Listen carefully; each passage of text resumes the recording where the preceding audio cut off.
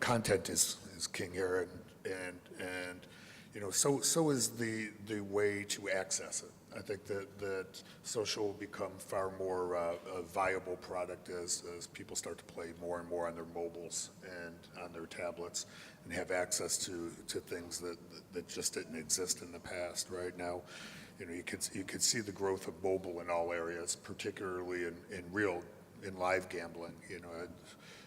About 60% of our customer base moved all over to mobile accounts within the first 6 months of having our mobile app. So, obviously the economic value of that is phenomenal, and being able to actually gauge how many people are actually using the mobile at any given time.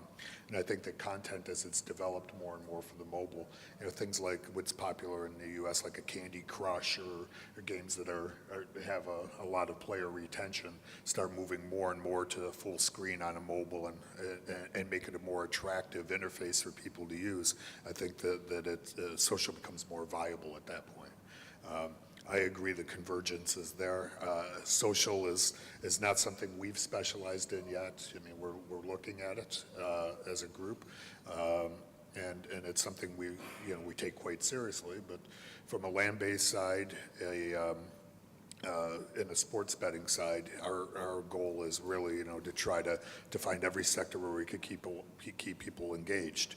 One of the things that's working from us from a social perspective on the sports side of things are bracket contests and fantasy type of sports, things along those lines, is less than slot machine content and things along those lines, which you'll find once you get into the fantasy side of things, or contest side, even parlay contest or accumulator contest, they're very engaging. And so although we don't develop slot content, those are the types of social things that we're looking at. Very good. Joe? Thanks. So fundamentally, I completely agree on the thing that land-based casinos should mirror the casino floor when they go online. Now, not just because I do live casino, but I really think that it's a sort of no-brainer or killer app for a land-based casino to go online with the best thing that they have got. And to me, the best thing that they have got, or what I look into when I go into a casino, is the live dealer experience. So having a land-based casino going online, I really see that with live, also because this is the real differentiator. If you think about this, then correct me if I'm wrong, but when you go online, pretty much because there are limited suppliers and whatever, everyone has got the same content. So what is the possibility for a land-based casino who arrive, in any case, late into the global market of online, where there are juggernauts, portal that are already there with a brand and whatever, is to reproduce the experience there. Now, going into details, what we are experiencing, at least in Europe, and we will soon, I hope, in New Jersey as well, is, or you go pure play. Pure play to me is that you build a studio within the main trading floor. Just imagine a sort of aquarium-style glass, where there are, your three main games. Let's say that in Europe, it's all about roulette. I mean, baccarat is not as famous as in Asia. And so you have got roulette, blackjack, and baccarat. And the land-based player cannot interact with that particular table, but it's an attraction. What they could do is mobile intra-resort, which means that I am a land-based player and I play on my iPad on the same stuff that I can see there live, okay? And this is something that I think that in Europe makes absolutely sense. We did it already in Spain, and that was innovation by law.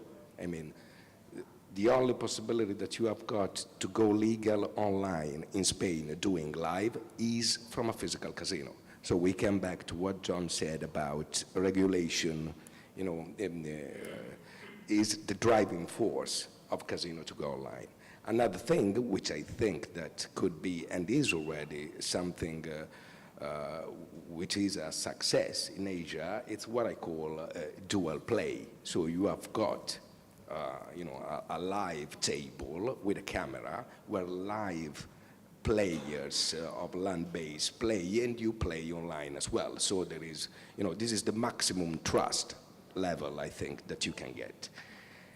There are some downside and upside in both the play, but I do believe that while in Europe, the pure play, so having a studio within a casino, which land-based player can see, and possibly when they are not in the casino, they can play with the same people with the same dealer that they see in the casino, is so the model for Europe, while absolutely dual play could be the model for Asia. Great. Jonathan? I'll just touch on that because I think there's, you're absolutely right. So I support your assertions on the trust aspect. But there is a general naivety amongst the Western companies that aren't based here in Asia. The fact that the smaller casinos across the Thai, Laos, Cambodia, Vietnamese borders have been streaming live solutions to the players. In many ways, they've been leading the sector for the last 10 years. And it's because regulation's a little bit lax there, they've been able to get away with it. But I think we should recognize that this isn't just just because it works in the West. There are some things that are done very successfully here in Asia already. And has there been greater reach for those casinos? Have they been able to work, outside of their typical customer base? And also, have they got any sort of a business intelligence information out of that? I think it's pretty primitive, if I'm honest. I think the quality of the streaming might not be phenomenal, but the fact that it's VIP focused, so it's a retention tool as opposed to an acquisition tool. To touch on that as well too. There's regulatory issues too with that